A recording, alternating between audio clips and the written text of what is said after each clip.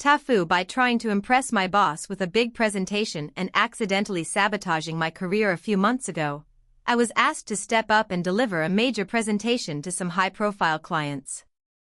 This wasn't just any presentation, this was the one that could land our company a contract worth several $1,000,000. My boss, who is a bit of a perfectionist, made it clear that this was my moment to shine. She had been grooming me for a promotion for months, and I was more than ready to prove that I was capable of taking on bigger responsibilities. Naturally, I started preparing for this presentation weeks in advance. I went over the slides again and again, fine-tuning every detail, practicing my speech in front of the mirror, recording myself, listening to my tone, adjusting my posture, you name it. I wanted to make sure I looked like a seasoned pro. I researched the clients we were meeting, studied their business needs, their past projects, and tried to anticipate every possible question they might ask. I was going to nail this. The day of the presentation, I woke up feeling a bit nervous, but I was confident in my preparation. I made sure to dress the part, sharp suit, pressed shirt, polished shoes. I wanted to give off the impression that I had everything under control. I arrived early to make sure the room was set up just right. The PowerPoint slides were ready to go, my notes were in order, and I even had a backup laptop, just in case something went wrong. Then things started to go downhill. It began when I realized I had forgotten to bring my notes to the meeting. At first, I thought I could wing it. After all, I had memorized everything, right? But as soon as I walked into the conference room, I saw the faces of our clients staring back at me. The room was full of people with sharp suits and serious expressions, the kind of people who probably had their own boardrooms to run. It wasn't like the smaller, more laid-back meetings I was used to. These were top-tier clients, and they expected nothing less than perfection. I opened my laptop, started my presentation, and immediately stumbled over the first slide.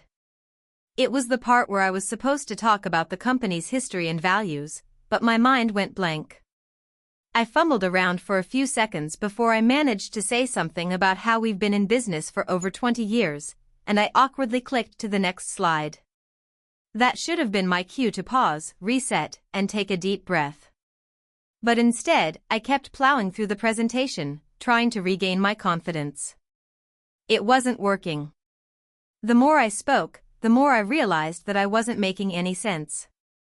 My words were coming out jumbled, and I could feel my palms starting to sweat. The clients exchanged glances, and I could tell they weren't impressed. And then it happened. I clicked to the next slide, and everything went wrong. I had somehow loaded the wrong file, and instead of the presentation I had carefully crafted, the slide deck was filled with memes. Memes from a Slack chat that had been circulating around the office. The slide that was supposed to show a graph of our projected sales over the next 5 years instead showed a picture of a cat wearing a tiny suit with the text, "When you realize you're overworked and underpaid." I froze. My heart dropped into my stomach. I didn't know whether to laugh or cry. The clients were looking at the screen in confusion, and my boss, who had been sitting quietly in the back of the room, was staring at me with wide eyes. I could feel the color drain from my face as I desperately tried to click through the slides to get to the right one. But every time I clicked, more memes popped up. There was the infamous distracted boyfriend meme, followed by a "this is fine" dog sitting in a burning room. I was sweating bullets at this point. In a panic, I tried to explain myself. Sorry, I think there's been a mix-up with the files. Just one moment. But instead of looking calm and collected, I probably looked like a deer caught in headlights. I clicked frantically, and I could hear my boss shifting uncomfortably behind me. I could feel her gaze burning into the back of my neck. She didn't say anything, but I could tell she was furious. The clients didn't know what to say. There was an awkward silence before one of them chuckled nervously. I think this is not the presentation we were expecting?" I didn't know what to do. My hands were shaking, and I was so embarrassed that I couldn't even make eye contact with anyone. I tried to salvage the situation by quickly closing the meme slideshow and opening the correct presentation file, but by now, the damage was done. The mood in the room had shifted from professional to something closer to, well, pity. Finally, after what felt like an eternity, I finished my presentation. It was a mess. I didn't make a single point clearly, and by the end of it, the clients were already packing up their things. My boss was the last to leave, and she didn't say anything to me on the way out. She just shook her head, and I could hear her muttering under her breath. That afternoon, I got called into her office. My stomach was in knots the entire walkover. I sat down, and she immediately launched into a scathing critique of my performance. "You had one job," she said. "One job to make sure everything went smoothly, and you made us look like a joke." She was right. I had screwed up big time, and there was no coming back from it. I knew that I had just sabotaged any chance I had at a promotion, and probably any chance of getting the respect of my boss and the clients. I had ruined everything. A few weeks passed, and I tried to stay out of the way. My boss barely acknowledged my existence, and the clients we were supposed to impress stopped returning our calls. The deal, of course, went to a competitor. It felt like I had ruined my career in one fell swoop. I wish I could tell you that things got better, but they didn't. My boss eventually gave me some feedback about how I could improve for the future, but it didn't really matter at that point. The damage was done. I ended up not getting the promotion I had hoped for, and eventually, I decided to leave the company. The lesson I learned was simple but hard. No matter how much you prepare, no matter how much you want to impress, things can always go horribly wrong. I spent months regretting that day, but now, I can at least laugh about it. If you're ever in a high-pressure situation like that, remember, don't rely on memes to fill up your presentation deck. If you do, you'll probably end up on Reddit, telling everyone how you accidentally ruined your career. TLDR, tried to impress my boss with a big presentation, accidentally loaded a slide deck full of memes instead of the actual presentation, and ruined a huge deal with high-profile clients. Ended up ruining my career and missing out on a promotion. If you enjoyed the video, don't forget to leave a like and subscribe to the channel. It helps the content grow and motivates me to create even more great videos. Turn on notifications so you don't miss any new uploads. By the way, I'm curious, when do you usually watch my videos? While working, studying, or just relaxing at home? Let me know in the comments, I'd love to hear from you. Thank you for your support. TIFU by accidentally becoming the worst wedding guest of all time. So, I've been invited to a wedding. Not just any wedding, but a wedding for the daughter of my mom's best friend, someone I've known my whole life. I've met the bride a few times, but we're not exactly BFFs. Still, she seemed nice, and the wedding was in a gorgeous venue, so I figured, why not? I've never had a chance to wear my best suit, so I decided to go all out. The day of the wedding comes, and I get to the venue about an hour early, just so I can get settled and be ready for the ceremony. I figured this would give me a good chance to explore the place and maybe get to know a few people.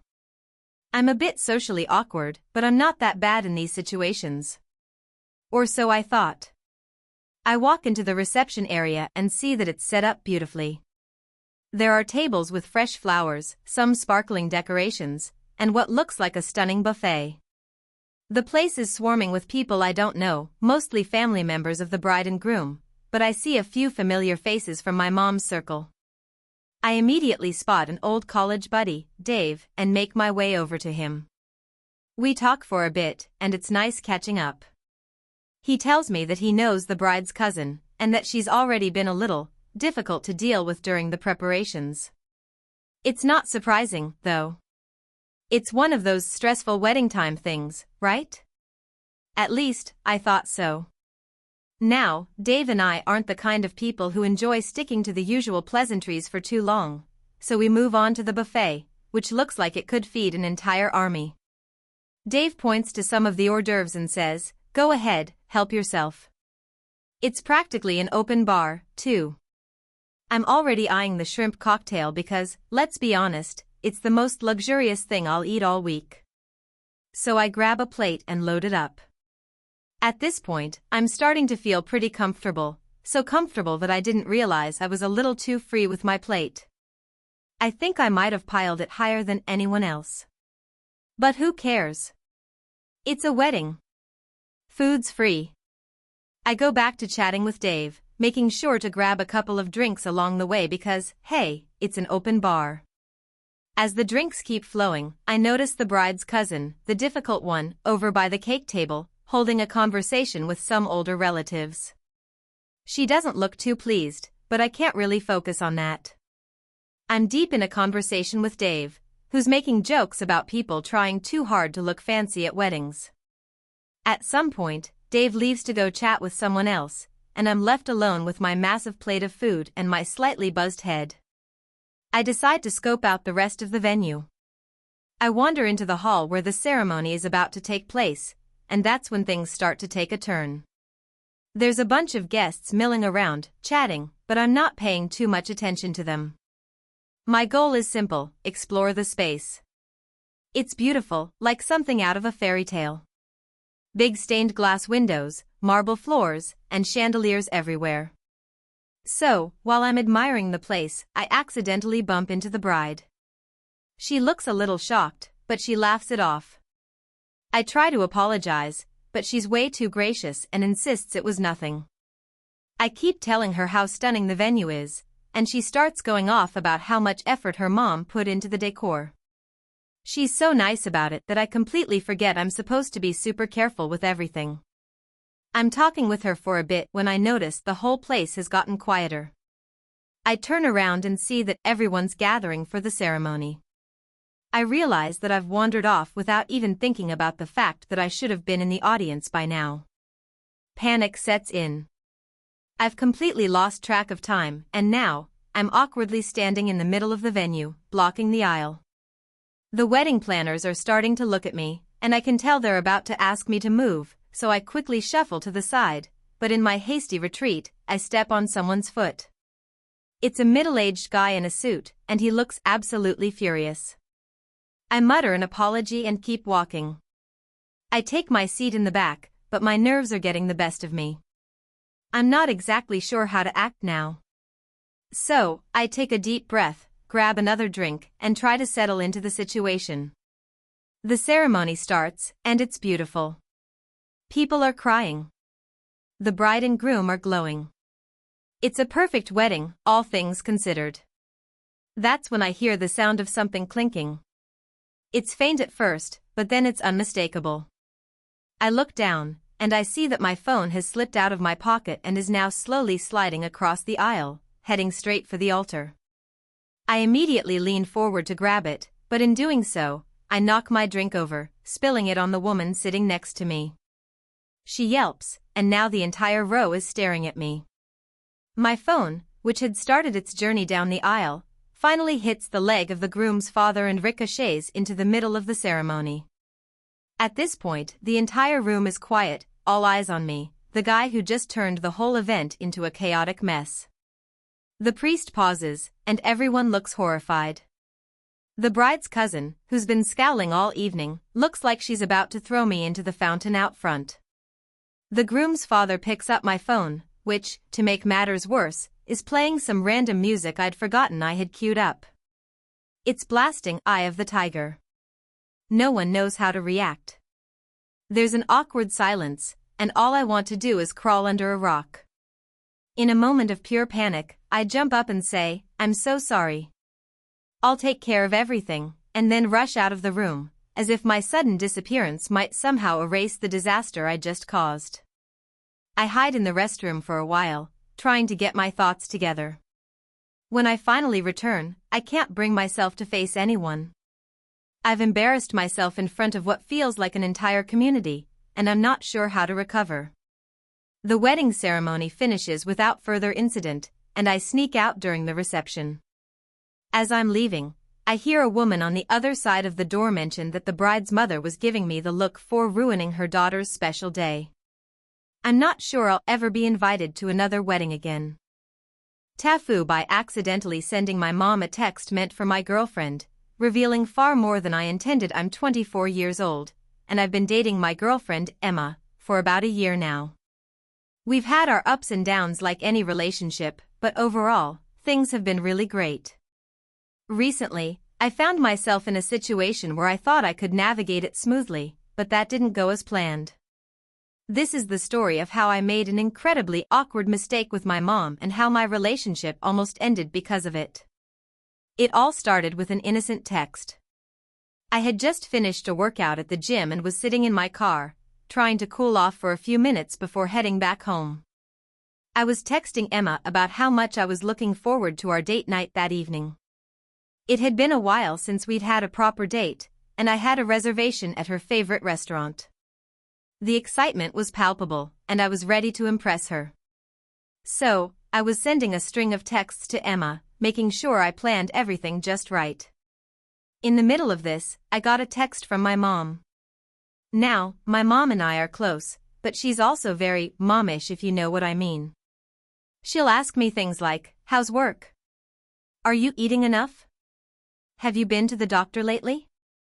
Are you wearing your coat? Don't you catch a cold in the gym with that drafty air conditioning?" It's all very sweet, but at times it gets overwhelming. This particular day, my mom texted, "How are you doing today, sweetie? I made some extra spaghetti, do you want to come over later?" I smiled, not really needing the spaghetti but appreciating the gesture. My mom's food was always comforting, and I figured I'd swing by later for a quick bite. However, in my excitement to text Emma, I made the most catastrophic mistake. I typed, "I can't wait to see you tonight, babe. I'll make sure to wear the new shirt you love, and maybe we can try something new later, winky face." At that point, I had been texting Emma for a while, and my fingers were moving fast. Without thinking, I quickly hit send, except it wasn't Emma's contact that I sent the message to. I had accidentally selected my mom's contact instead of Emma's. Now, I know what you're thinking, how in the world could I make such a rookie mistake? I don't know either. But my mind was on overdrive, filled with thoughts about the date, the shirt, and, well, the something new I wanted to try with Emma. I didn't realize what I had done until mere seconds after I hit send. My phone buzzed almost immediately with a new text from my mom. I froze. I could feel the heat rushing to my face. My stomach did a backflip. My brain was scrambling to make sense of what just happened. I stared at the screen as my mom's message appeared. "Sweetie, I'm glad you're excited to see me tonight. But the shirt and something new. I'm not sure I understand. Do you need some help with your date?" I could hardly breathe. I was frozen, staring at that message as if the universe had just crashed into me. My heart was racing. For a split second, I wondered if I could just turn the phone off and pretend like nothing happened. But I knew that wasn't going to fix it. I had just sent my mom a message meant for my girlfriend, one that included a sexual innuendo that I could not unsay. I tried to play it off casually. "Oh, hey, Mom, sorry. That was meant for someone else. Not sure how that text went to you. Just ignore it." Her response came about 2 minutes later. "Oh sweetie, don't be embarrassed. I'm happy you're having fun. But just a heads up, maybe not so many winky faces when you're talking to your girlfriend. I know you're young, but a little class goes a long way." I read that, and my face went from red to a deep crimson. At this point, I had no idea how to backpedal. I could just hear her in my mind, asking me 1,000 awkward questions about sex and relationships, just like how she used to ask me when I was a teenager. This time, though, I wasn't a teenager anymore. I was a grown man, and this felt so much worse. My phone buzzed again, and my mom sent another message. "I was thinking about coming to your place later. Are you free?" This was it. I had to either come clean or dig myself into a deeper hole. I hesitated, took a deep breath, and decided to face the music. I texted her back, "Mom, I really need to apologize. I was texting Emma, and I accidentally sent that to you.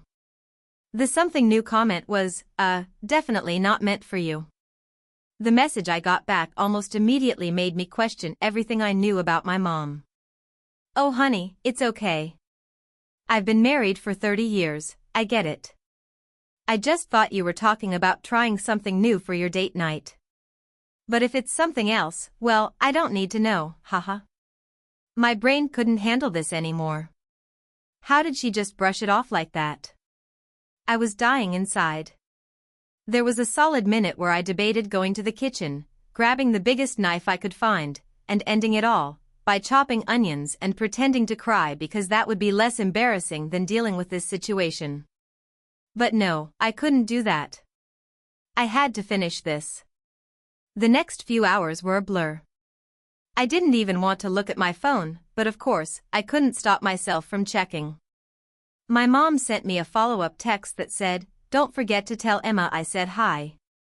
And let me know when you're coming over for the spaghetti." I couldn't believe it. My mom was just acting like it was no big deal.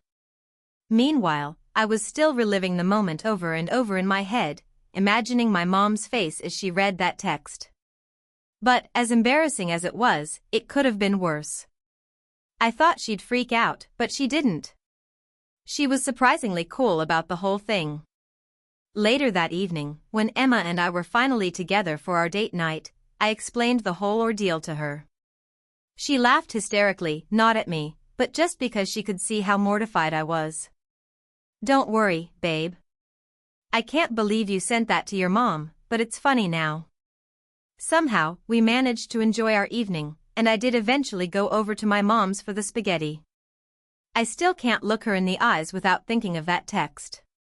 But on the bright side, it was a reminder of how close my mom and I are, even if she's an innocent bystander in my love life. TLDR, I accidentally sent my mom a text meant for my girlfriend, which included a flirty comment. My mom responded in a surprisingly chill way, and I spent the rest of the day dying of embarrassment. TIFU by accidentally causing a major family drama during my brother's wedding. So, here's the thing. I'm 28, and my brother, let's call him Jake, is getting married to a girl he met 3 years ago, Jessica. Honestly, I thought they were a great match, and even though I'm the cool brother, I tend to stay a bit detached from family drama. I don't get involved in their squabbles or meddle in their personal lives much. I'm the one who brings the humor, lightens the mood, and tries to keep everything chill. But I ended up becoming the literal reason for an argument that spiraled out of control and nearly ruined my brother's wedding day. Let me start at the beginning. The wedding day arrived, and I was excited, yes, excited. I don't really have a lot of close friends, so weddings are some of the rare occasions where I can dress up and feel somewhat like I belong. And of course, it's my brother's wedding. So, yeah, it was a pretty big deal. I made sure to get there early, to help set up, assist with whatever needed to be done, and get a few drinks in me to loosen up. Things were going as planned, and I was having a blast with the family. Now, here's where I messed up.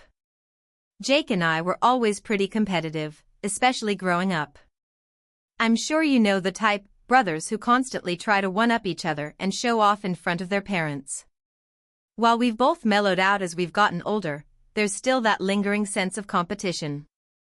So, with the wedding happening, I figured I should do something special for him. I had heard from my mom that Jake had been a little nervous about the speeches during the reception, specifically because he didn't want his best man, Greg, his childhood friend, to embarrass him with some of their inside jokes. Being the cool brother, I decided I'd step up and give a speech of my own, a light-hearted one that would calm Jake's nerves and be funny enough to balance out Greg's speech. I had this brilliant idea in my head. I was going to roast Jake. Playfully, of course. You know, the type of roast that makes everyone laugh but doesn't go too far. I mean, we've all seen those hilarious wedding speeches where the groom gets a few jabs, but it's all in good fun, right? So, fast forward to the reception. Everything is going smoothly. Jake is beaming, Jessica is glowing, and my family is in high spirits. The speeches are about to begin. I take my spot, get my mic, and start with a joke about how I'm technically the second best child, just in case anyone's wondering. The crowd laughs. I'm in my element. Then, I start in on Jake. I mentioned how he had this ridiculous phase when he thought he was some kind of philosopher, quoting Socrates at the dinner table every night. I talked about how he went through this awkward phase when he thought wearing flannel shirts and listening to obscure bands made him cool. The crowd is laughing, I'm cracking up, and Jake's looking a bit uncomfortable but still smiling. And then I took it too far. I bring up how, at 16, Jake tried to steal my girlfriend at the time. It wasn't a huge deal, she wasn't really into him, and he backed off pretty quickly. But at the time, I was furious, and we had a huge falling out. So, I decided, in my infinite wisdom, to bring it up in the speech, hoping to poke fun at how silly it was, since it happened years ago. I thought it'd be a harmless joke. But I didn't realize something. Jake and Jessica, his fiancée, had been having some ongoing issues about trust before the wedding. They had talked about how trust was an area they needed to work on. Apparently, one of the things that had come up in therapy was Jake's past with me and how it had made Jessica feel insecure about him being a player and about some of the things he'd done in his past relationships. I didn't know this. Nobody had told me. So when I casually mentioned that time he tried to date my ex, I saw Jessica's face immediately change. Her smile faltered, and she looked at Jake, visibly tense. I thought maybe I misread it, so I kept going. But don't worry, man, you've changed. You're a great guy now. We love you, just, maybe don't try to date anyone else's ex in the future. That's when the room fell silent. You know that eerie silence where you feel like you've just said something you really shouldn't have, but you're too dumb to realize it yet? Yeah, that was it. Jake's face turned pale, and Jessica was staring at him with wide eyes. Jake cleared his throat and gave a nervous chuckle. Yeah, thanks for that, bro, he said, but his tone was different.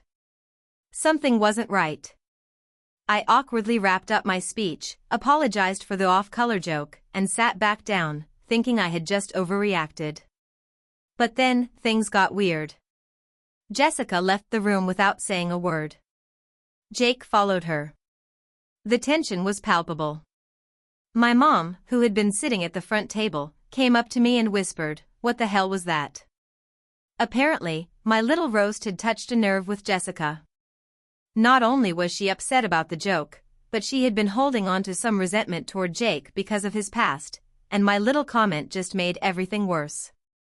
To make matters worse, Greg, the best man, decided to chime in and ask, "So, are we just skipping the whole 'if anyone has a reason why these two shouldn't be married' part of the ceremony?" And honestly, I think that was the moment I realized just how much of a disaster I had caused. Jake and Jessica ended up in a huge argument outside, and the wedding almost got called off. They took a break, talked things through, and managed to salvage the day, thankfully. But the rest of the reception was pretty awkward, to say the least. I spent the rest of the night apologizing to Jessica, Jake, and anyone who would listen. By the end of the night, I had managed to get Jake and Jessica to laugh about it, but the tension was definitely there. My mom is still giving me side-eye, and every family member has made it clear they won't let me forget about this for a while. To make it worse, Jake and I haven't talked much since the wedding. He's still upset, and I feel like I've ruined what should have been his big day. The moral of the story? Don't try to roast your sibling during their wedding, especially when you have no idea what unresolved issues they're dealing with. If you do, don't be surprised when you become the center of family drama instead of the best man. I'll be sticking to a simple congratulations at future weddings. TLDR, tried to give a funny speech at my brother's wedding by roasting him about a past incident with my ex, ended up making things awkward and nearly ruining the entire event due to unresolved trust issues between him and his fiancée. Family drama ensued. TIFU by going to my friend's wedding and accidentally ruining it for everyone. So, a little backstory, my best friend Sarah and I have known each other since elementary school. We've been through everything together, from awkward middle school dances to high school drama, and even our college years filled with bad decisions and worse hangovers. So, when she asked me to be her maid of honor at her wedding, I was ecstatic. I had a huge part to play in what was supposed to be one of the most important days of her life. I made sure to get all the details right, helped with dress fittings, gave multiple speeches to calm her nerves, and overall made it my mission to ensure everything went smoothly. Well, nothing ever goes smoothly, right? The wedding day finally arrived, and I was ready to make it perfect. The venue was beautiful, a rustic barn turned wedding hall in the middle of nowhere, surrounded by vineyards. The guests were dressed to the nines, the flowers were blooming, and the weather was absolutely gorgeous. The ceremony went without a hitch. Sarah looked stunning in her dress, and her now husband, Ben, was tearing up as she walked down the aisle. Everything was looking like the fairy tale ending she deserved. Then came the reception. That's when everything took a turn for the worse, and it was entirely my fault. The reception was held in a separate area of the venue, decorated with twinkling fairy lights, long wooden tables, and a massive dance floor. We had a sit-down dinner, and I was seated at the maid of honor table, right next to the bride and groom. The food was amazing, everything from filet mignon to seafood platters, but there was one thing that I had been eyeing since I walked in, the open bar. Now, I'm not a huge drinker, but I enjoy a glass of wine here and there, and the moment I saw that bar, I decided I was going to get my money's worth. I hadn't had a drink all day because I was running around making sure everything was in place, so by the time the reception was in full swing, I was ready to relax. The first drink I got was a gin and tonic. Simple, clean, and refreshing. The second was a mojito. The third, well, I don't really remember what the third was, but I definitely remember the fourth. At this point, I wasn't exactly drunk, but I was starting to feel that familiar warm, buzzy feeling in my chest. I was having a good time. Now, I should mention that there was a certain ex-boyfriend of mine, Jake, who was also invited to the wedding. We broke up a few months ago, but we've remained friendly. There's nothing particularly special about him. He's charming, good-looking, and a little too smooth for my liking. But hey, it's not like we had a terrible breakup. He was just one of those guys that people have a hard time letting go of, even after the relationship ends. Jake and I were both at the wedding, but we hadn't really spoken much. That is, until I made the mistake of deciding that I needed to have a conversation with him. A real, deep, let's talk about the past conversation. I don't know why I thought this was a good idea, but something about the open bar, the warm atmosphere, and the nostalgia of the wedding made me think it was. So, I walked over to Jake and struck up a conversation. I wish I had just left him alone, but no, we began reminiscing about our relationship, talking about all the good times, and even joking about the bad ones. The more we talked, the more comfortable I got, and before I knew it, we were laughing and reminiscing like we were still a couple.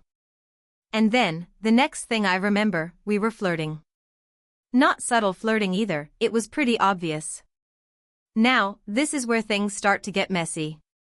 Somehow, during this conversation, I ended up stumbling into the idea of a dance. Jake had somehow convinced me that I needed to go dance to a particular song. I didn't really have any reservations. After all, it was a wedding, people were dancing everywhere. What harm could it possibly do? So, I took his hand, and we walked out onto the dance floor. He spun me around once, and I could see a few people staring at us. But at that moment, I didn't care. I was having fun, and I was feeling a little more confident than usual. Unfortunately, I didn't notice that Sarah, the bride, was standing just behind us with her new husband. I'm sure she saw us dancing, laughing, and being a little too cozy for comfort. But what really set it all off was when Jake went in for a kiss. It was innocent enough, or at least I thought it was. A light peck on the lips. But no. Sarah was not having it. She saw this as me disrespecting her wedding, and the look on her face said it all. But before I could even pull away from Jake, Sarah marched up to us, her face bright red with anger, and in front of the entire reception, she shouted, "Are you kidding me? At my wedding?" The room went silent. The music stopped. Everyone turned to look at us. Jake quickly backed away from me, and I stood there in shock, not knowing how to react. Sarah's husband, Ben, looked just as bewildered, trying to calm her down. But Sarah wasn't done. She turned to me and yelled, "You're supposed to be my maid of honor, not make out with my ex. I cannot believe you're doing this today, of all days." I was mortified. I tried to explain that it wasn't like that, but the words wouldn't come out. I could hear the whispers behind me, and I could feel all eyes on me. It was like the floor had dropped out beneath me. This was the worst possible thing that could have happened. The rest of the reception was a blur. Sarah stormed off, Ben followed her, and I was left standing in the middle of the dance floor, feeling like the biggest idiot. Jake, as usual, slinked away quietly, probably regretting his part in this as well. I spent the rest of the night in a haze, avoiding eye contact with everyone and trying not to cry. It wasn't until later that I found out that Sarah had spent the entire night locked in a room with Ben, arguing about what had happened. Apparently, she felt humiliated, and I don't blame her. I had betrayed her trust in the worst way possible. The next day, Sarah texted me, and to be honest, I was afraid to look at the message. When I finally did, it was a long, emotional message where she told me that she didn't think she could ever forgive me for what happened. I tried to apologize over and over, but she hasn't spoken to me much since. I ruined her wedding, and I don't know how to fix it. I've never felt like a worse friend in my life. I lost my best friend because of one incredibly stupid decision. And to make matters worse, I will have to live with the fact that I ruined her wedding day for everyone, and for her, it might have been the final straw. So, to anyone reading this, never, ever drink too much at a wedding, especially when there are unresolved feelings with exes involved. It doesn't end well. TLDR, got drunk at my best friend's wedding, danced with her ex, accidentally kissed him, and ruined the entire wedding. She hasn't spoken to me since. Don't drink and flirt with exes at weddings. TIFU, by accidentally revealing my biggest secret to my girlfriend during dinner with her parents. This all started about 6 months ago when I met Jenna. She was a dream come true. Smart, funny, and the kind of beautiful that makes you question if you're the luckiest person alive. We hit it off right away, and soon enough, we were dating. Things moved pretty fast, and I could tell we were really into each other. It wasn't long before I got introduced to her family. Now, to say I was nervous would be an understatement. I've never been great at family dinners, especially when it comes to meeting someone else's parents. But Jenna was excited, and I didn't want to disappoint her. So, I dressed up, put on my best "I'm not awkward, I swear" smile, and went over to her parents' house for dinner. Everything started off great. Her mom was warm and welcoming, and her dad was this big, gruff guy with a booming voice. He wasn't intimidating at all, but I guess I was just used to more quiet families. Anyway, we were all sitting at the dinner table, eating, talking, laughing, and generally having a good time. I was starting to feel more comfortable, cracking jokes and chatting about random things. But then, the conversation turned a little deeper. Somehow, we ended up talking about relationships, love, and the usual "how did you two meet" stuff. Jenna was glowing, telling her parents about how we met at a party, how I was sweet, funny, and how I had made a great impression. At this point, I felt like I was in the clear. Nothing awkward had happened, and we were just having a nice, easy conversation. But then her dad asked me a question that completely threw me off. "Okay, so, when did you realize you were in love with her?" I froze. The room got quiet. Jenna was smiling at me, waiting for my answer. I could feel the pressure mounting. In that moment, I knew I had never said the words "I love you" to her. It wasn't that I didn't feel it, I did. It's just that I wasn't the kind of guy who rushed into things. I liked to take my time, and I wasn't going to drop "I love you" unless I truly meant it. But of course, in the heat of the moment, I panicked. I started to babble. "Well, I think it was the night we went to that, the concert, and I just realized that I really like her," and then I blurted it out. I'm sorry, I think I just realized that I'm in love with her when wait. What? I immediately regretted saying that. I had just unintentionally confessed my feelings to her in front of her parents, who I barely knew, and I didn't even feel 100% sure about it. Why? Because the truth was, I was still scared of love. I had a history of messing up relationships, and part of me wasn't ready to fully open up, even though I knew Jenna was a great person. So, what the hell was I doing? Jenna's eyes widened for a second. Then, there was silence. Her dad didn't say anything, but he raised an eyebrow as if he wasn't sure whether I was serious or not. Her mom, however, had the biggest smile on her face. It was like she could tell I was awkward, and instead of making it worse, she just beamed at me. "Oh, sweetheart, that's so sweet," she said, making it sound like I had just won an award. "We can see how much you care about our Jenna." I felt like I was choking on my own words. My face turned beet red, and I immediately looked down at my plate, trying to hide my embarrassment. This wasn't how I imagined this dinner would go. I had thought I'd make a good impression, show I could handle myself. Now, I was this awkward guy who seemed to be too eager to tell his girlfriend's parents that he was in love with their daughter, even though I wasn't entirely sure if I was. Jenna, bless her heart, tried to salvage the situation. She smiled and said, "Yeah, I think he's really great too," before changing the subject to something about work. But the tension was still there. Her dad cleared his throat and nodded, but I could see him exchange a look with Jenna's mom, as if they were silently discussing whether or not they should ask me more questions about my feelings. Dinner went on, and I kept trying to be normal, but it was impossible. Every time I looked at Jenna, I could see her trying to suppress a smile, probably wondering if I had just completely messed things up. I knew I had said something that wasn't quite, well, right. But I was too embarrassed to backtrack. I just kept chewing my food and nodding as if everything was fine. The awkwardness lingered throughout the meal. Her mom kept giving me these knowing glances, and her dad, well, he was unusually quiet. The whole dinner felt like a weird combination of me trying to be charming and everyone else trying not to make me feel like an idiot. After dessert, Jenna walked me out to my car. As soon as we were outside, she burst out laughing. "You, my love," she said, smirking, "are the most adorable idiot I've ever met." "Hey, it's not like I meant to say that," I replied, defensively. I panicked. I know, she said, still giggling. "But I don't think you realize how awkward that was, right?" I groaned and leaned against the car, burying my face in my hands. "Jenna, I'm so sorry. I'm an idiot.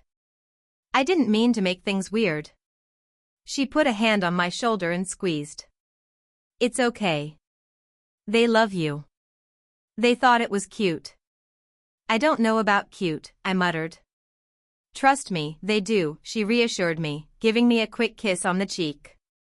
"And I think you've just set the bar really high for I love you." I laughed, albeit nervously, and said, "Well, in case you haven't noticed, I kind of messed up everything tonight." She shook her head. "You didn't mess anything up. You were being real. They'll appreciate that, even if it was a little dramatic."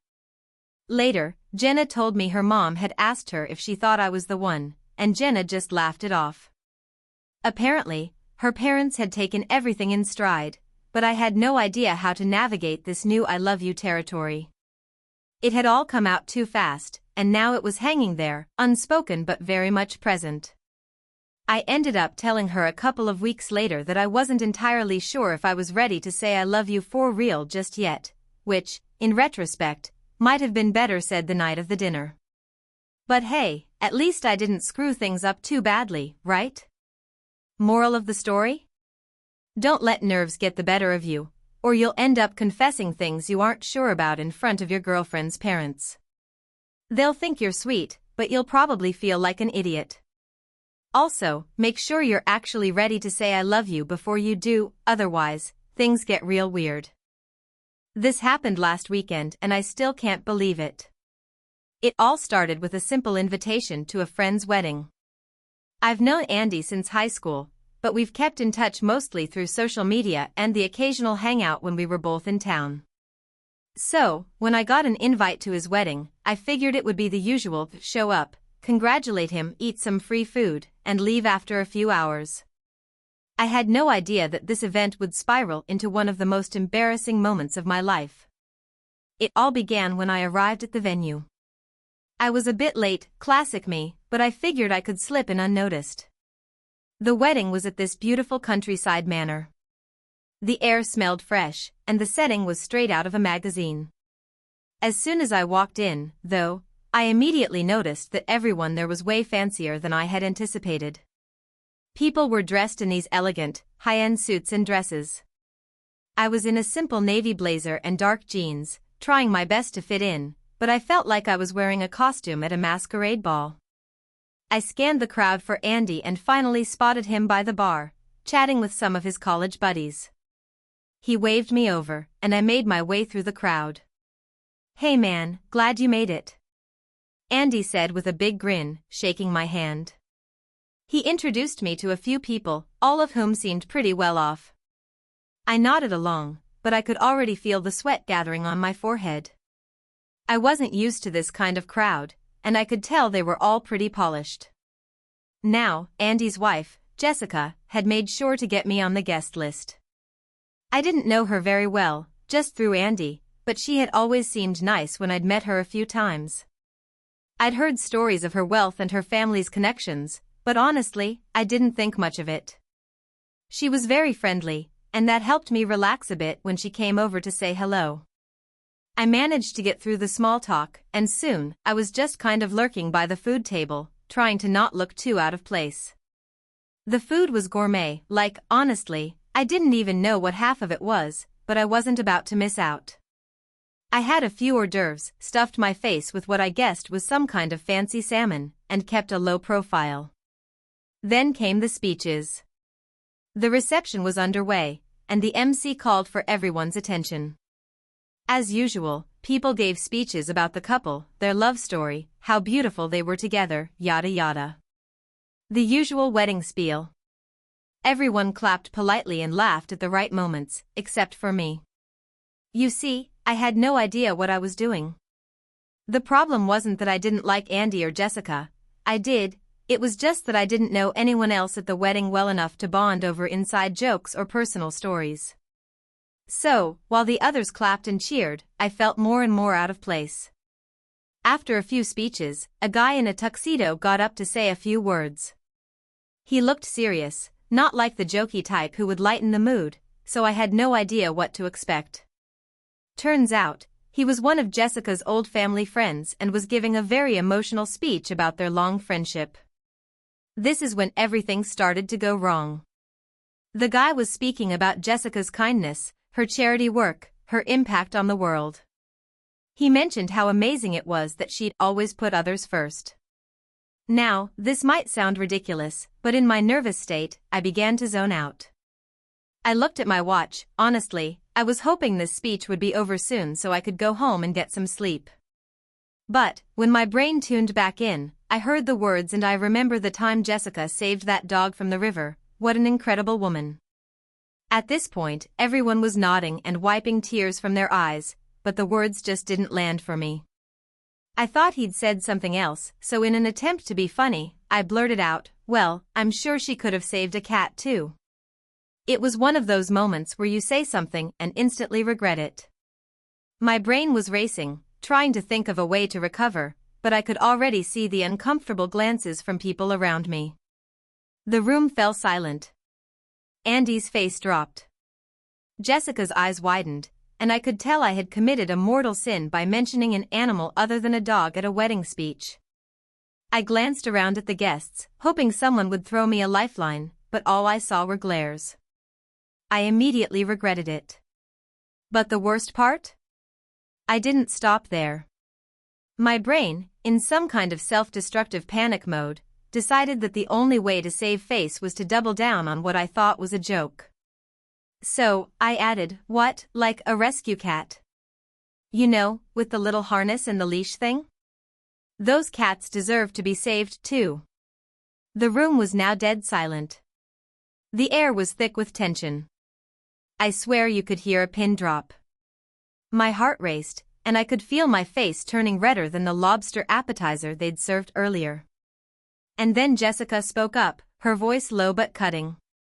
"What are you doing?" she asked, her face flushed with confusion and what I could only assume was irritation. I didn't even know how to respond. I just stood there like an idiot, holding a glass of wine in my hand that I didn't even remember picking up. A few seconds of painful silence passed, and then Andy quickly moved to intervene. Yeah, let's all just take a moment and let's focus on the rest of the night," he said with a nervous laugh. The awkwardness in the air could have been sliced with a knife. The rest of the evening was a blur. I don't remember the rest of the speeches. I don't remember the cake cutting. I don't remember anything except the looks people gave me. It wasn't just awkward. It was like I had committed a crime, and no one was quite sure how to handle me.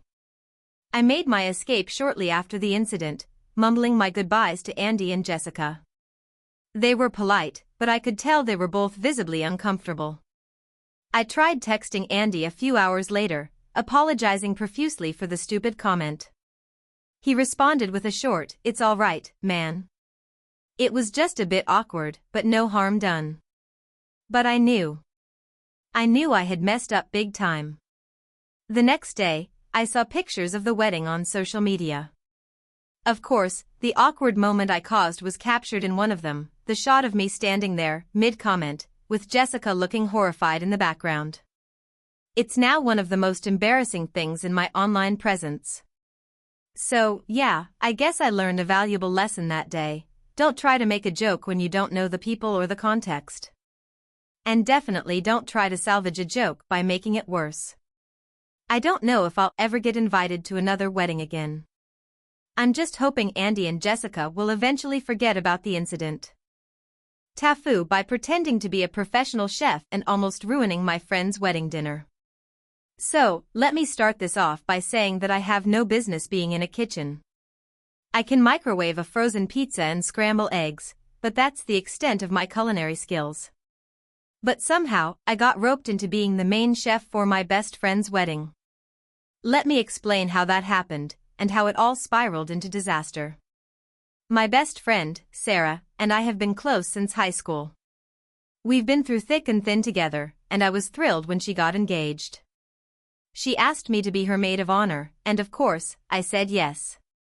Now, here's the thing, Sarah and her fiancé, Mike, are both pretty low-key people. They didn't want anything extravagant, so they decided to have a small, intimate wedding at this rustic venue out in the countryside. They were on a budget, so they didn't hire a catering company. Instead, they decided to keep it simple and have a family-style meal, home-cooked comfort food. Sarah and Mike both know that I'm always up for a challenge, and they had a very specific vision of what they wanted for their wedding dinner, a homemade, from-scratch meal of fried chicken, mashed potatoes, green beans, and biscuits. Sounds easy enough, right? Well, it's not, especially when you've never cooked for a crowd larger than your immediate family. A few weeks before the wedding, Sarah called me in a panic. She said that the person who was supposed to be helping with the food had to cancel last minute, and she didn't know what to do. I jokingly said something like, "Well, I guess I could give it a shot if you really want me to," and she immediately latched onto that. "Oh my God, please, you're the only one I trust. You can totally do this. You've got the skills." At the time, I thought she was just being dramatic and that someone would step in to save the day, but no. Apparently, Sarah was serious. She asked me to be the head chef for her wedding, and I didn't have the heart to say no. I figured, how hard could it be? I mean, it's just fried chicken, potatoes, and some vegetables. Easy, right? Fast forward to the night before the wedding. I'm at my apartment, trying to figure out how to even begin making enough food to feed a group of 50 people. I had bought the ingredients earlier that day, and I was staring at a massive pile of chicken, potatoes, and flour in my kitchen. The problem is, I'd never made any of these dishes before. Not even close. Sure, I've eaten fried chicken, but I've never actually cooked it.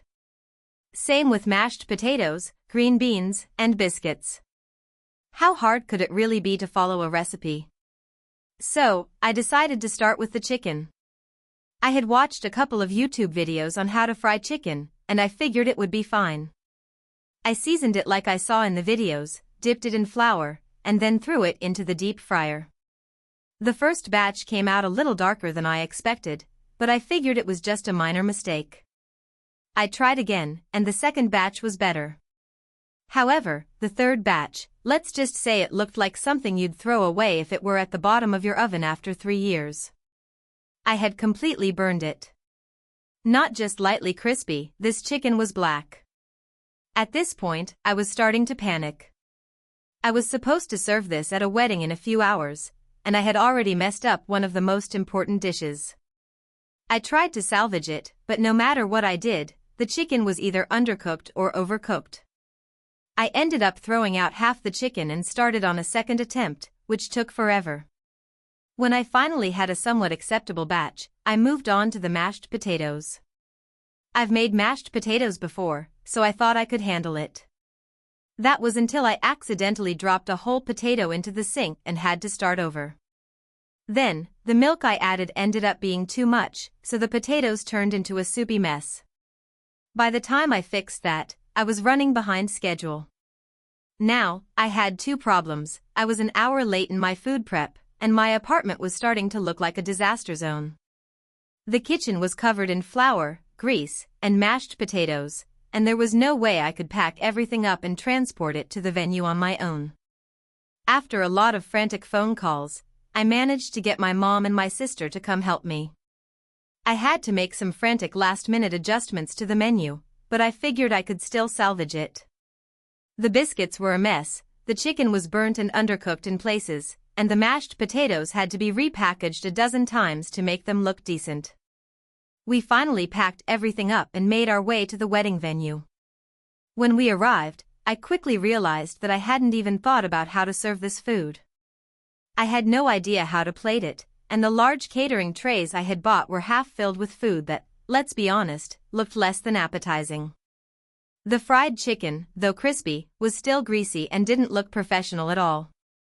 The mashed potatoes were sticky and clumpy, and the green beans, well, I think I forgot to season them.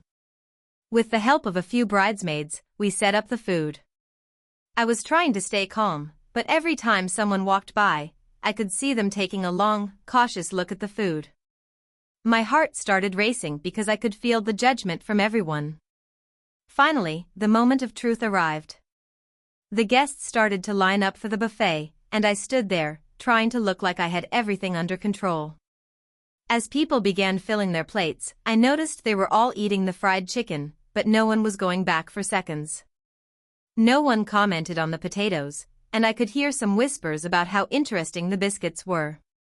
I overheard one guest say, "I've never had chicken quite like this before."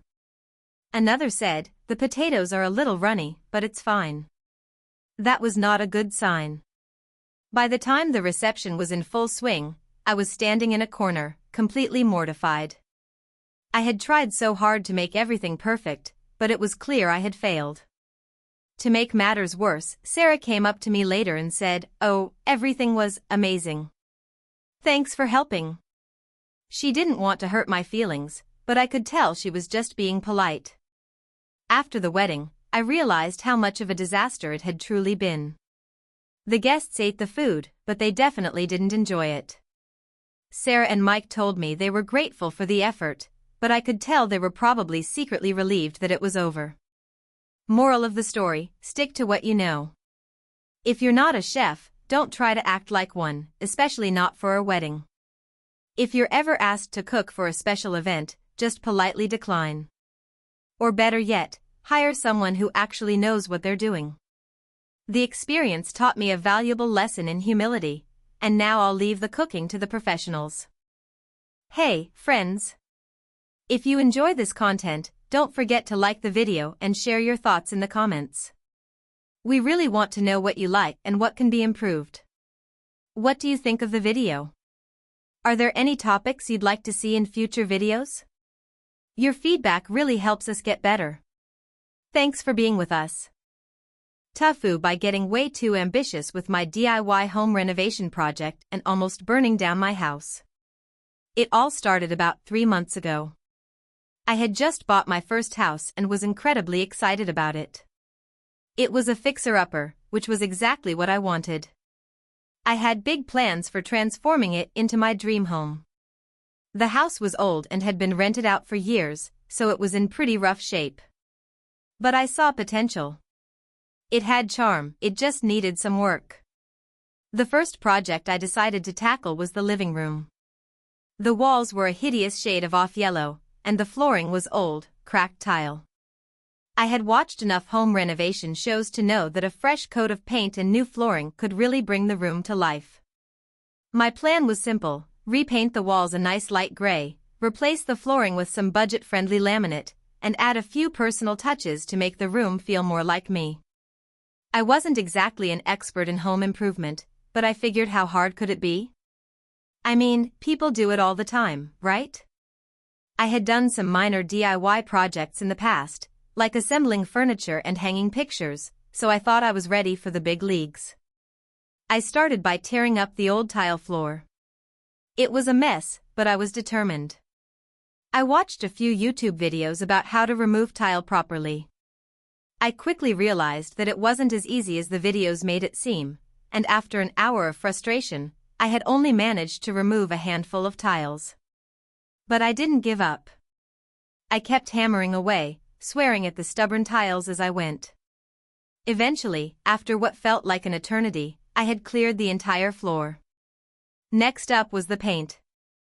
I went to my local hardware store and picked up some paint in a light gray shade, along with all the necessary supplies: brushes, rollers, painter's tape, drop cloths. I was feeling pretty confident at this point. I'd painted before, so how hard could it be? I slapped on the first coat, and it looked great. But then, things started to get a little weird. As I was applying the second coat of paint, I noticed that it wasn't covering the walls as well as the first coat had. In fact, some areas were starting to look blotchy. I figured it was just the lighting, so I kept going. But as the day wore on, the blotches became more and more noticeable.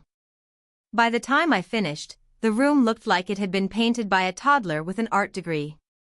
I stepped back and stared at my work. The walls were a mess. The light gray had turned into some sort of uneven patchwork of darker and lighter spots. I was not impressed. But I figured it couldn't be that bad, right? After all, it was just paint. I would fix it later. At this point, I realized that I had a bigger problem. The laminate flooring I had bought was still sitting in its boxes in the middle of the living room. It had been a few days since I'd torn up the old floor, and I hadn't even begun to lay down the new laminate. I was running out of time because I had invited a bunch of friends over for a small get-together in a week. I wanted to show off my progress, and I needed the living room to look presentable. So, like any reasonable person, I decided to skip the prep work and just dive right into installing the new floor. I started laying down the laminate planks. It seemed easy enough, just click them together, right? But I soon discovered that the floor wasn't perfectly level, which meant that some of the planks wouldn't fit together correctly. I struggled for hours, getting more and more frustrated. By the time I finally finished, the floor was uneven in places, with gaps between some of the planks. It wasn't pretty, but I was determined to make it work. I thought maybe I could just hide the imperfections with rugs. The next step was to move in some furniture to make the room look complete. I managed to get the couch and a few chairs in place, but I wasn't satisfied. The room still didn't feel done. It needed something extra, something to make it feel like it belonged in a home renovation magazine. I had an idea: a fireplace. The living room didn't have one, but I figured it couldn't be that hard to add one, right? I did a quick search online and found a gas fireplace insert that seemed perfect for the space. It wasn't too expensive, and it promised to be easy to install. I watched a few more YouTube tutorials and decided to go for it. How hard could it be? After all, I had already taken on the walls and the floor. I was practically a home improvement expert by now. I picked up the fireplace and brought it into the living room. The instructions seemed straightforward: just connect the gas line, install the insert into the wall, and hook up the vent. I thought I could handle it. But then came the gas line. I wasn't entirely sure how to connect the gas line, but I was confident I could figure it out. After all, it was just plumbing, and I had seen it done on TV. So, I did what any logical person would do. I ignored all warnings about hiring a professional and decided to do it myself. I connected the gas line, turned on the valve, and checked for leaks.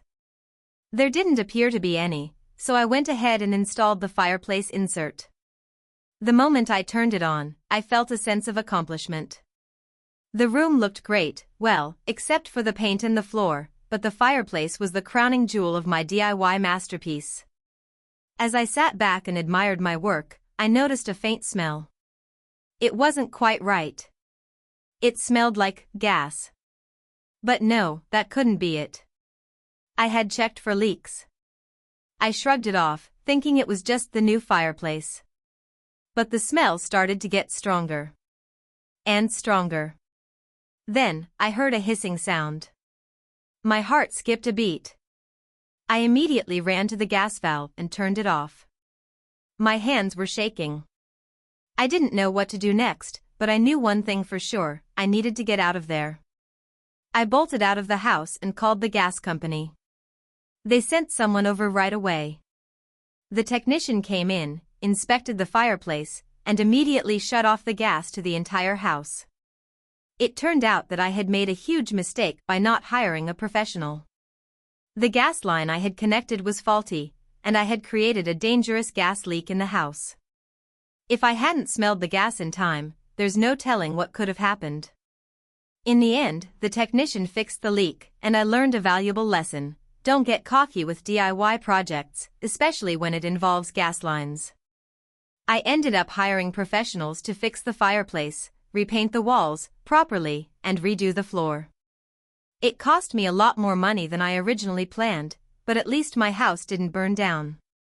So, yeah, TIFU by thinking I could handle a major home renovation project without proper knowledge and ended up almost burning down my house.